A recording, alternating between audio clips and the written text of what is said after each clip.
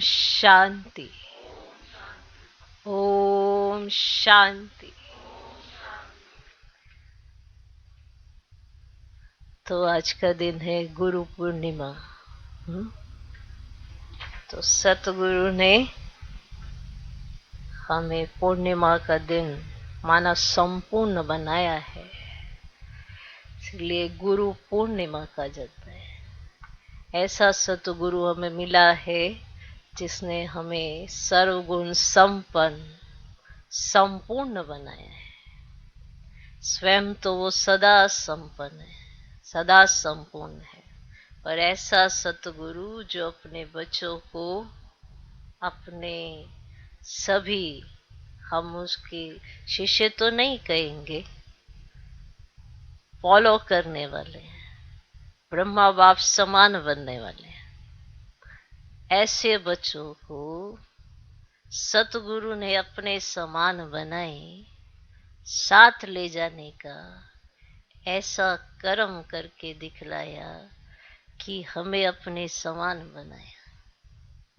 सोचो, भगवान को याद करते थे, एक सेकंड के लिए भी दर्शन हो जाए, पर उसने हमें खुद ही दर्शनीय मूर्त बना दिया। ऐसा सतगुरु जो अपने समान बनाए, ऐसे सतगुरु की महिमा में क्या कहे। वो महिमा लायक हम बच्चों को भी बना रहा है। ऐसा सतगुरु हम बच्चों को मिला है। वाह वाह के जितने भी गीत गाए उतने कम है। जिसने जीवन ही संवार दिया, वो जिसका बनने के बाद जीवन में कोई कष्ट नहीं है, कोई दुख नहीं है, सिर्फ वो है और हम है, और सारे दुख हर लिए और सुख की दुनिया भी बना रहा है। अभी हम अतीन्द्रिय सुख के झूले झूलते, कल सुख की दुनिया में जाएंगे। आज जो झूले हैं वो कल नहीं हैं, इसलिए आज के दिन की भी आप सभी को बहुत बहुत मुबारक हो, मुबारक हो, मुबारक। तो आज सतगुरु के महावाक्य, माना ऐसा सतगुरु जो रोज शिक्षा दे, रोज समझाए और अपने जैसा बनाए। इसलिए जो शिक्षा मिले उसे अपने प्रैक्टिकल जीवन से करके दिखाना है। हमें शिक्षा का स्वरूप बनना है, जो सतगुरु हम पर नाज करे कि जो मैंने कहा उसे इन्होंने करके दिखाया है। ऐसा प्रत्यक्ष प्रमाण बनना है सतगुरु के लिए। ओम शांति। 13 जुलाई 2022। साकार महावाक्य। बाबा कहते, मीठे बच्चे, इस शरीर का भान भूलते जाओ, इस शरीर का भान भूलते जाओ, अशरीरी बनने की मेहनत करो, क्योंकि अब घर चलना है। इस शरीर का भान भूलते जाओ, अशरीरी बनने की मेहनत करो, क्योंकि अब घर चलना है। 2 प्रश्न है। पहला प्रश्न, तुम आस्तिक बच्चे ही कौन सा शब्द बोल सकते हो? तुम आस्तिक बच्चे ही कौन सा शब्द बोल सकते हो? उत्तर, भगवान हमारा बाप है। ये आस्तिक बच्चे ही बोल सकते हैं, क्योंकि उन्हें ही बाप का परिचय है। भगवान हमारा बाप है, ये आस्तिक बच्चे ही बोल सकते हैं, क्योंकि उन्हें ही बाप का परिचय है। नास्तिक तो जानते ही नहीं, नास्तिक तो जानते ही नहीं। आस्तिक बच्चे ही कहेंगे, मेरा तो एक बाबा, दूसरा न कोई। आस्तिक बच्चे ही कहेंगे, मेरा तो एक बाबा, दूसरा ना कोई। दूसरा प्रश्न, तीव्र पुरुषार्थी बनने के लिए कौन सी स्थिति चाहिए? तीव्र पुरुषार्थी बनने के लिए कौन सी स्थिति चाहिए? उत्तर, साक्षी स्थिति। साक्षी स्थिति। साक्षी होकर हरेक के पाठ को देखते पुरुषार्थ करते रहो। साक्षी होकर हरेक के पाठ को देखते पुरुषार्थ करते रहो। आज का गीत है, मरना तेरी गली में, जीना तेरी गली में। ओम शांति। यह किन्होंने कहा? जीव की आत्माओं ने कहा, जो सम्मुख बैठे हैं। यहां यह नहीं कह सकते कि आत्मा बैठी है, नहीं, जीव आत्माएं बैठी है। बाप ने समझाया है कि आत्मा ही शरीर द्वारा हर कार्य करती है। इसको कहा जाता है देही अभिमानी। देह में रहने वाले अपने परम प्रिय परमात्मा को कहते हैं कि हम आत्मा अब आपके गले का हार बनेंगे, अर्थात हम ये शरीर छोड़ आपके पास आ जाएंगे। बाप ने समझाया है, जैसे मनुष्य का जिनालॉजिकल ट्री है, ब्रह्मा, सरस्वती, आदम, ईव आदि इनों का सिजरा बनता है। वैसे तुमने देखा है मूल वतन में भी सिजरा है, देखा है? पहले पहले है शिव। तुम आत्मा मेरे गले का हार कैसे बनेगी? मुझे याद करने से। तुम आत्मा मेरे गले का हार कैसे बनेगी? मुझे याद करने से। जितना जो मुझे याद करते हैं उतना तीखी डोरी पहनते हैं। मेरे साथ बहुत प्रेम है, मेरे पास आने बिना रह नहीं सकते, क्योंकि आत्मा को इस शरीर के साथ सुख नहीं, दुख है। अब भगवान तो है निराकार, कहते भी है निराकार आत्माओं को, वे परम पिता परमात्मा ही सृष्टि के आदि मध्य अंत को जानते हैं, त्रिकालदर्शी हैं। और कोई मनुष्य भल कितना बड़ा पंडित हो, वेद शास्त्र पढ़ा हुआ हो, परंतु उनको इस सृष्टि के आदि मध्य अंत का ज्ञान नहीं है। नास्तिक होने के कारण त्रिकालदर्शी हो ही नहीं सकते। तुम बच्चे अभी आस्तिक हो। बाप ने तुमको परिचय दिया है, इसीलिए तुम बाबा कहने के हकदार हो।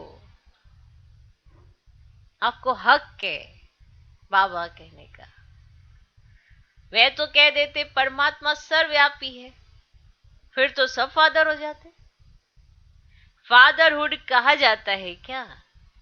एक बाप के बच्चे हैं, उनको प्रभु ईश्वर भी कहते हैं।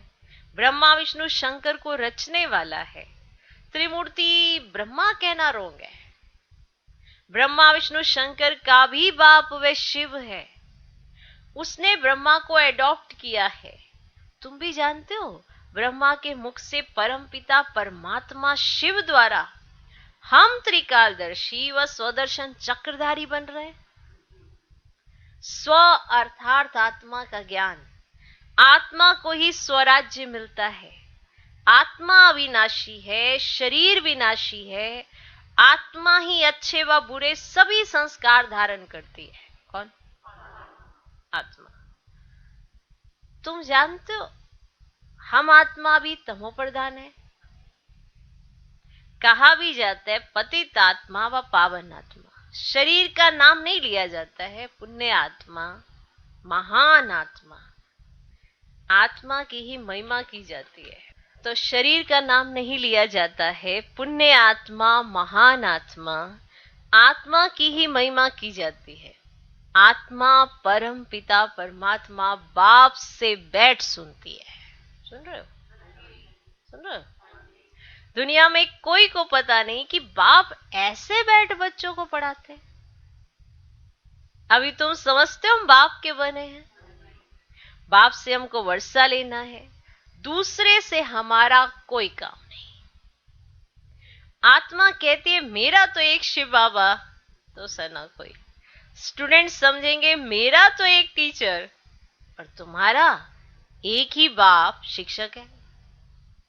वह पतित पावन बाप है। सभी आत्माओं का कनेक्शन उस बाप शिक्षक से ही है। भल कोई ब्राह्मणी पढ़ाती है, परंतु वह भी मुझ बाप से ही पढ़ी हुई है। वह भी तो मुझ बाप से ही पढ़ी हुई है। कोई भी ब्राह्मणी पढ़ाती है तो उसके पास ज्ञान कहां से है? उसका अपना थोड़ा ज्ञान है। वह भी तो बाप से पढ़ी हुई है। बाप कहते तुम मुझे याद करो, ना कि ब्राह्मणी को। अब तुम बच्चे मुझ बाप को जान गए हो, पहचान गए हो, अब तुम आस्तिक बने हो। जो नहीं जानते वह है नास्तिक, निधन के। बाप का नाम, रूप, देश, काल क्या है? कुछ भी नहीं जानते। कह देते उसका कोई नाम रूप ही नहीं है। अब तुम जानते हो जरूर उनका नाम है शिव। जानते हो? जानते हो? वे अपना शरीर तो धारण करते नहीं, इसीलिए उनका नाम कभी बदल नहीं सकता। उनके पास अपना शरीर नहीं, तो शरीर पे उनका नाम नहीं, एक सिर्फ वही है जिनका शरीर पर नाम नहीं। उनका रियल में नाम ही शिव है। हमारे तो रियल, नकली वकली पता नहीं कितने नाम है। शरीर पे बहुत सारे नाम है। वे तो अपना शरीर तो धारण करते ही नहीं, इसीलिए उनका नाम कभी बदल नहीं सकता। तुम जानते हो हमारे 84 जन्मों का नाम रूप बदलता जाता है। उनका नाम तो है ही शिव। जैसे आत्मा का रूप है वैसे परमात्मा का भी रूप है। ऐसे नहीं कि परमात्मा कोई अखंड ज्योति बहुत बड़ा है। बाप कहते जैसे आत्मा स्टार मिसल है वैसे मैं भी हूं, परंतु मेरे में ज्ञान है इसीलिए मेरी महिमा है। सत्य चित्त आनंद स्वरूप ज्ञान का सागर है। चैतन्यता है तब तो ज्ञान सुनाते हैं। वह है चैतन्य बीज रूप। वह जड़ बीज तो कुछ सुना ही ना सके, मनुष्य ही जानते हैं। जैसे बाप की बुद्धि में सारे मनुष्य सृष्टि का झाड़ है, वैसे तुम्हारी बुद्धि में भी है। इतना वैरायटी है, एक का भी फीचर ना मिले दूसरे से। हर एक का फीचर अलग अलग है, हर एक का अपना अपना पार्ट है। बाप समझाते कितना बड़ा वेद का नाटक है, कितने वैरायटी फीचर्स हैं, है ना? कितने वैरायटी फीचर्स हैं। देखो सबके फीचर्स अलग अलग। सभी इस ड्रामा में एक्टर्स हैं। जबकि ये ड्रामा अविनाशी है तो कोई भी एक्टर बदली नहीं हो सकता। तुमको मालूम पड़ा है कि हमारे 84 जन्मों के 84 नाम पढ़ते हैं। अभी नाम भी पूरे हुए तो वर्ण भी पूरे हुए। अब फिर रिपीट होगा, अर्थात गीता एपिसोड रिपीट हो रहा है। पहले पहले श्रीमत भगवान की गाई हुई है, परंतु भगवान को तो भूल गए हैं।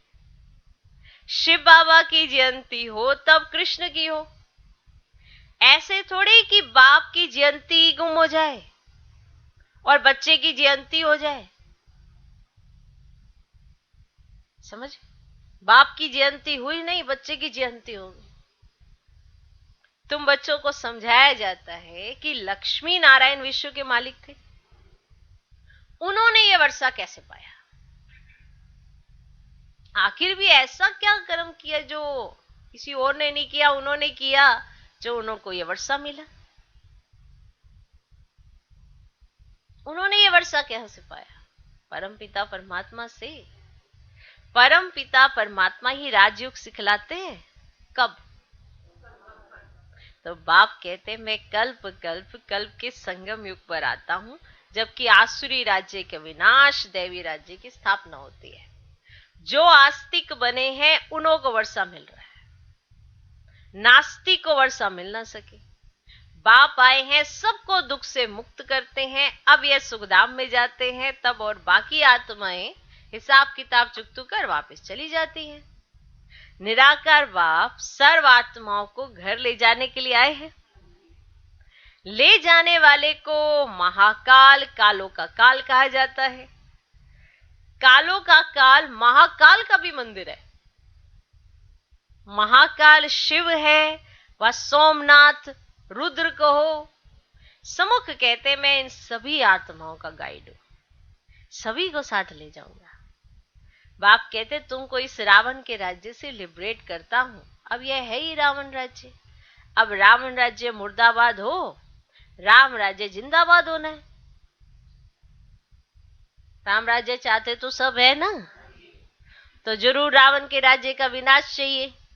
तो बाप समझाते अब ये पुरानी दुनिया ही खत्म होनी है। आदि सनातन देवी देवता धर्म को तो बिल्कुल ही भूल गए हैं।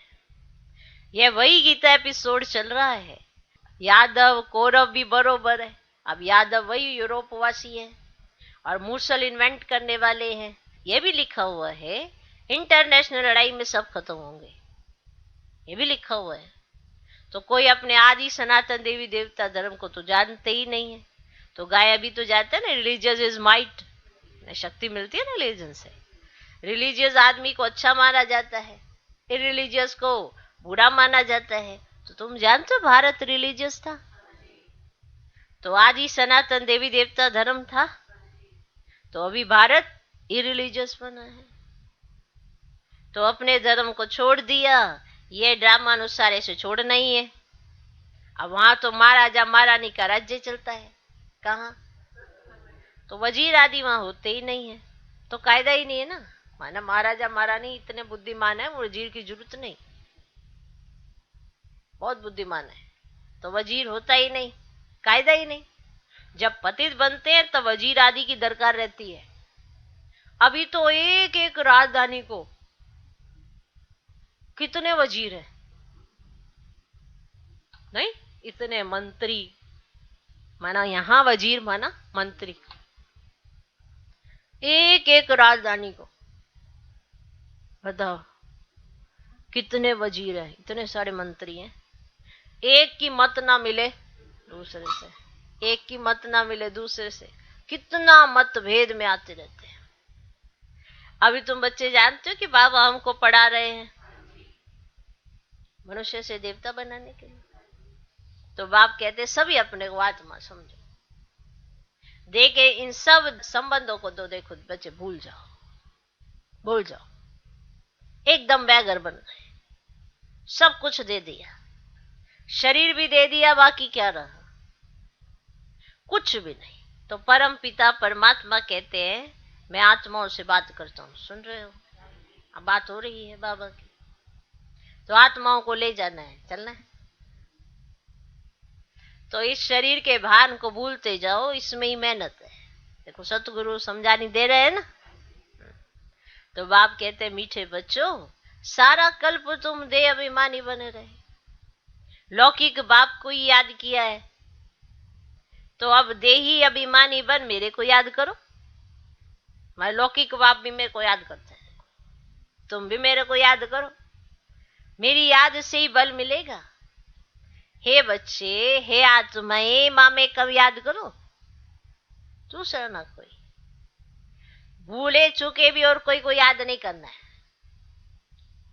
तुम ये प्रतिज्ञा करते हो बाबा मेरे तो आप एक ही हो, कहते हो ना ऐसे, बाबा मेरे तो आप एक ही हो, हम आत्मा है आप परमात्मा हो, आपने बतलाया है आत्मा हमारे बच्चे हो। अब रावण के दुख से तुमको लिबरेट कर वापस ले जाने आया हूं, तो बच्चों को धीरज धरना है।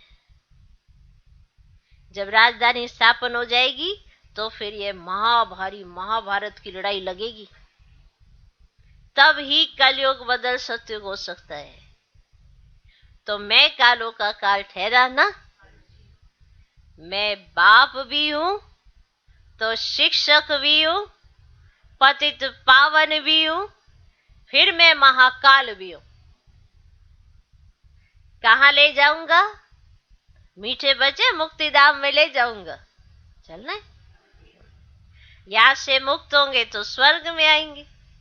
तुम पढ़ते हो ना भविष्य देवी देवता बनने के लिए, तो अब तुम ब्राह्मण ईश्वरीय संतान हो ना, तो सब कहते हम ब्राह्मण ईश्वरीय संतान है, ब्रह्मा की औलाद भाई बहन है, विकार में जा नहीं सकते। हम ईश्वरीय पोत्रे पोत्रियां हैं, उनसे वर्षा ले रहे हैं। जितना जो पुरुषार्थ करें, तो जितना जो पुरुषार्थ करेंगे उतना पद पाएंगे। कल्प कल्प पुरुषार्थ किया होगा तो अब तुम पुरुषार्थ करने लग पड़ेंगे। इसमें साक्षी रहने का अभ्यास चाहिए। क्या चाहिए? साक्षी रहने का अभ्यास चाहिए। साक्षी होकर देखो हर एक कितना पुरुषार्थ करते हैं, कहां तक फॉलो करते हैं। कोई के नाम रूप में नहीं अटकना है, सिवाय बाप के और कोई याद ना आए। बाबा कहते बच्चे मैं तुम्हें राजयोग सिखलाए पावन बनाकर साथ ले जाऊंगा। अभी तुम समझते हो बरोबर, कल्प कल्प हमको बाप से शिक्षा मिलती है ड्रामा अनुसार। तुम द्रौपदियां हो, ये कोई सुख का राज्य नहीं है बच्चे। इस पर कहानी भी बनाई हुई है। अब बाप तो रियलिटी में समझाते हैं ना, उन्होंने तो कहानियों में समझाने की कोशिश की है, तो अभी बाबा तो तुमको रियलिटी में समझाते हैं। तुम अब बाप से वर्षा ले रहे हो, सबको दुबन से निकालते हो, सब काम चिता पर बैठ जल मर रहे हैं, तुम्हारे सिर पर तो ज्ञान की वर्षा हो रही है, हो रही है। तो बाप कहते हैं मेरे बच्चे जलकर खाक हो गए हैं, मैं आया हूं सबको लिबरेट कर साथ ले जाऊंगा। अब मनुष्य को यह पता ही नहीं। अब तुम घोर अंधियारे से निकल आए हो, निकल आए हो, निकल आए हो। तो अब बाप कहते मुझे याद करो, घर को याद करो। तुम आत्माएं घर को भूल गई हो, तो गाते भी है ना मूल वतन सूक्ष्म वतन। तो मूल वतन में तो सभी आत्माएं रहती है। आत्मा क्या है, परमात्मा क्या है, मूल वतन क्या है, कुछ भी नहीं जानते। अब ये तो आत्मा सो परमात्मा कहकर सब खेल ही खलास कर देते हैं। आत्मा सो परमात्मा हो गया, खेल ही खलास हो गया। तो बाबा कहते यह भी ड्रामा में नूंद है। इस समय जो भी होता है ना, जो सेकंड बीतता वह ड्रामा फिर से रिपीट होता है। तो बाप बैठ पढ़ाते हैं। यह रिपीटिशन का राज भी बाप ने समझाया है। ऐसे नहीं कि ड्रामा में जो मेरा भाग्य होगा वह मिलेगा। ड्रामा अनुसार एक्ट चलती है, तो हम पुरुषार्थ क्या करें ऐसा समझने वाले भी हैं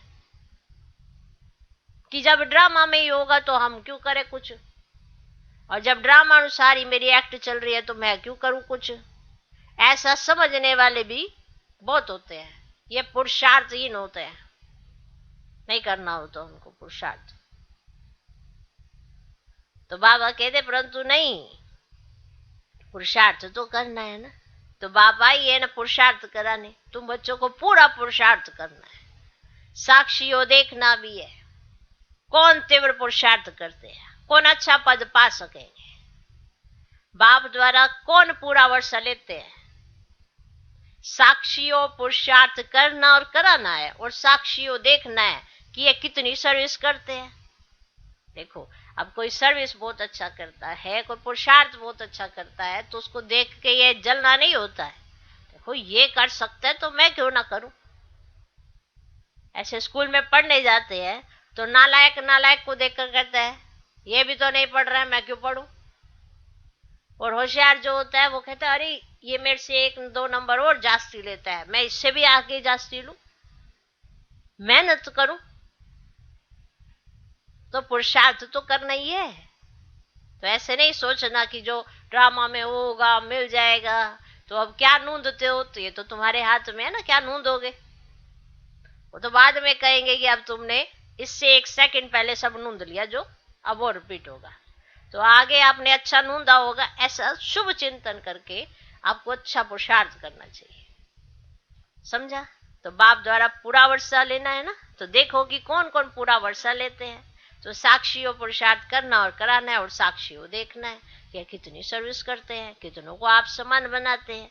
तो बाप का परिचय देते हैं, औरों के पुरुषार्थ को देख खुद भी तीव्र पुरुषार्थ करना है, समझा। ऐसे जलना नहीं है, इसको ऐसे इसको ऐसे, ऐसे जलने से कुछ नहीं होता, और ये अपना पुरुषार्थ ठप हो जाता है। देखना है कि ये देखो कितना अच्छा पुरुषार्थ करते, तो मुझे भी आगे और पुरुषार्थ करना है। अच्छा, मीठे मीठे सीखे लदे बच्चों प्रति माता पिता बाप दादा का याद प्यारो गुड मॉर्निंग। रूहानी बाप की रूहानी बच्चों को नमस्ते। हम रूहानी बच्चों की भी रूहानी बाप को नमस्ते नमस्ते नमस्ते। Good morning good morning good morning. धारणा के लिए मुख्य सार, पहला पॉइंट, देह और देह के संबंधों को भूल पूरा बैगर बनना है। मेरा कुछ नहीं। देह और देह के संबंधों को भूल पूरा बैगर बनना है। मेरा कुछ नहीं। देही अभिमानी रहने की मेहनत करनी है। देही अभिमानी रहने की मेहनत करनी है। किसी के नाम रूप में नहीं अटकना है। किसी के नाम रूप में नहीं अटकना है। देह और देह के संबंधों को भूल पूरा बैगर बनना है। मेरा कुछ नहीं। देही अभिमानी रहने की मेहनत करनी है। किसी के नाम रूप में नहीं अटकना है। दूसरा पॉइंट, ड्रामा में होगा तो पुरुषार्थ कर लेंगे, ऐसा सोचकर पुरुषार्थहीन नहीं बनना है। ड्रामा में होगा तो पुरुषार्थ कर लेंगे, ऐसा सोचकर पुरुषार्थहीन नहीं बनना है।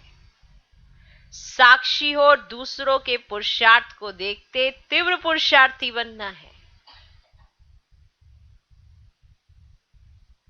साक्षी हो दूसरों के पुरुषार्थ को देखते तीव्र पुरुषार्थी बनना है।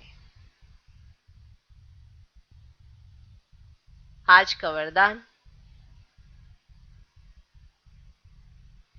स्मृति स्वरूप के वरदान द्वारा, स्मृति स्वरूप के वरदान द्वारा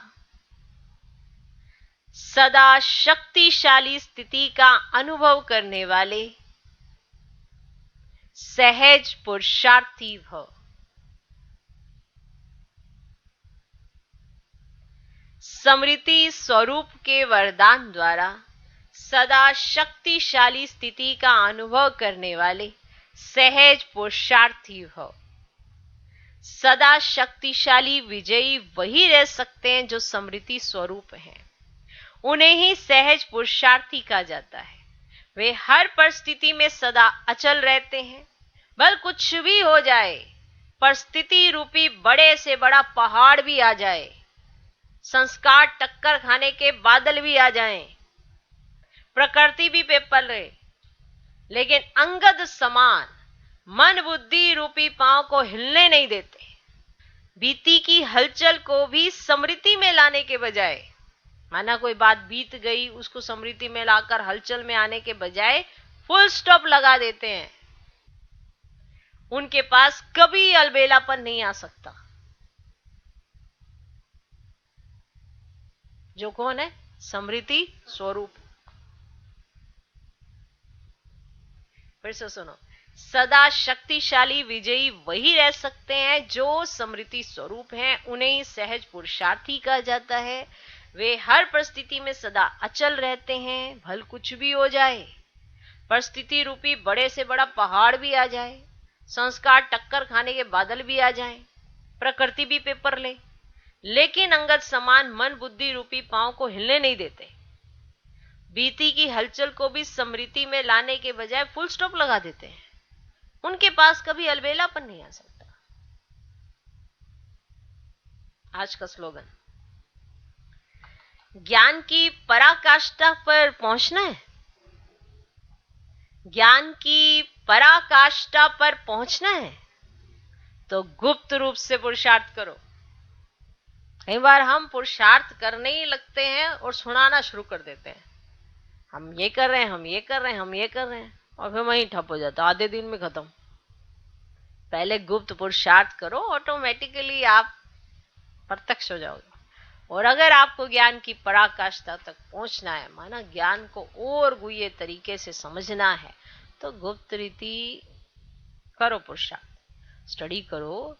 अव्यक्त मुरलियां जब स्टडी करते हो तो सिर्फ स्टडी नहीं करो, धारण करके उसका अनुभव करो। उसका अनुभव आपके प्रैक्टिकल जीवन में जरूर होना चाहिए, तब उसे धारण करना कहा जाता है। ये नहीं कि आपने पढ़ ली आप फिर कथावाचक थोड़ा बनना है, ना कथा पढ़ के सुनाना है ना कथा पढ़ते जाना है, ऐसा थोड़ा बनना है हमने। हमने जो पढ़ना है उसका जीवन में अनुभव जरूर होना चाहिए।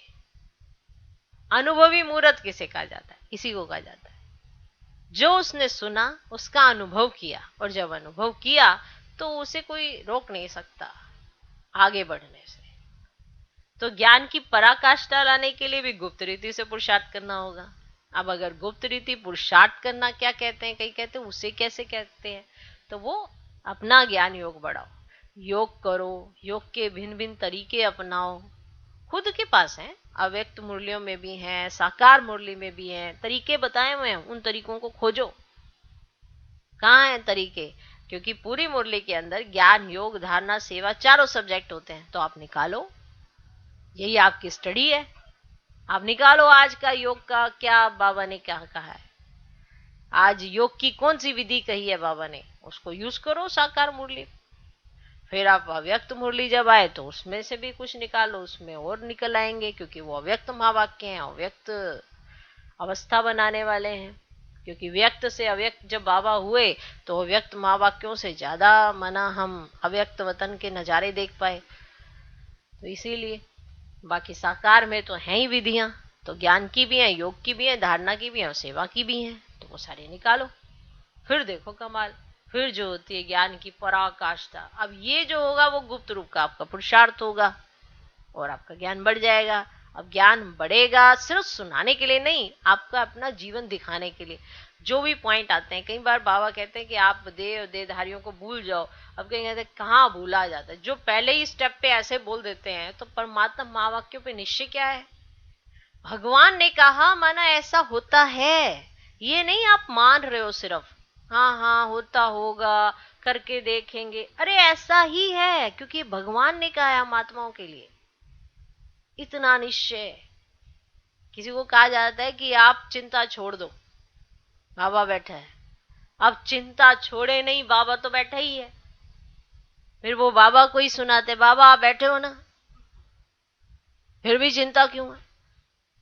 क्योंकि चिंता छोड़ो तो चिंतन में आए ना कि बाबा बैठा है। और फिर उस बाबा के साथ ड्रामा भी है, तो ड्रामा तुम्हारे लिए कल्याणकारी है, क्योंकि आप आपकी श्रीमत पर चलते हो तो तुम्हारे लिए ड्रामा कल्याणकारी है, तो ऑटोमेटिकली सब तुम्हारे कल्याण के लिए ही होगा ना।